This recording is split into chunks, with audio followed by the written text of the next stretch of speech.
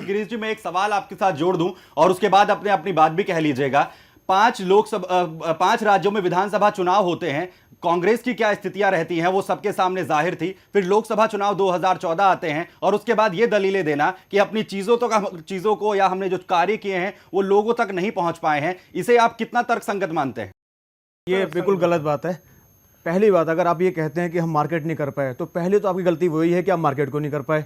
आज मार्केटिंग का दौर है, पूरी दुनिया में आपको अपने प्रोडक्ट को मार्केट करना चाहिए जी। तो यानी कि आप जो है दुनिया में सबके सामने आके कह रहे हैं कि हम मार्केट नहीं कर सकते अपनी चीज़ों को जी। एक आकाश नाम का टैबलेट लॉन्च किया था, आज तक धरती पर उतरा नहीं है। तो डिलीवरी जो है ये लोग दे नहीं पाए जी। नीति करते रहे, नियत थी नहीं और वही सब सामने आया है। उधर गुजरात में लगातार तरक्की हो रही थी, मेरे यूपी में सर मूलभूत सुविधाएं नहीं। आप विकास की बात करते हैं, शिक्षा, आवास, चिकित्सा नाम की चीज नहीं है। सड़कें, बिजली के नाम पे चुनाव होते हैं वहां पर सर। ये तो बहुत शर्म वाली बात है एक पॉलिटिकल पार्टी के लिए, हमारे सिस्टम के लिए, कि आज भी हम लोग सड़क बिजली के नाम पे चुनाव लड़ रहे हैं।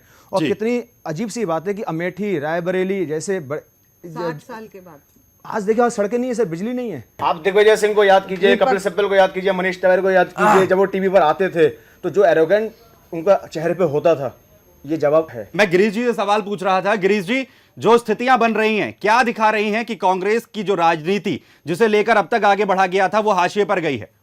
देखिए, एक पार्टी के लिए नीति और नियत दोनों बहुत जरूरी हैं। कांग्रेस ने नीतियां बहुत बनाई, नए रोज हर दिन एक नए एक्ट आते थे, रूल आते थे, लेकिन नियत में कहीं ना कहीं कमी देखी और आज उसी का हमको देखने को मिल रहा है। तो और रही बात गुजरात की, तो 3 बार लगातार गुजरात में मोदी साहब ने अपने आप को जो है वो साबित किया है।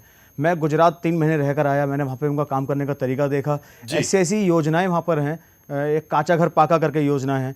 आप अगर किसी भी धर्म जाति के हैं, अगर आपके पास बीपीएल कार्ड भी नहीं है, अगर आपका घर कच्चा है, तो सरकार वहाँ पर जो है वो आपका घर पक्का बनाएगी।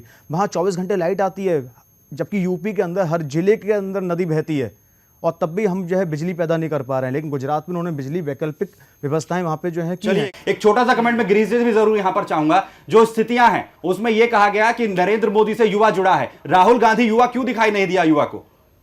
सर देखिए, देश को युवा नेता नहीं चाहिए, देश को युवाओं का नेता चाहिए। मोदी ने साबित किया कि वो युवाओं के नेता हैं। आज का युवा जो है, भारतीय युवा, वो अमेरिका को चला रहा है। आज का भारतीय जो युवा है वो सर अमेरिका में सिलिकॉन वैली चला रहा है, वो गूगल चला रहा है, फेसबुक को हैंडल कर रहा है, वो वहाँ के डॉक्टर हैं, वहाँ के इंजीनियर हैं।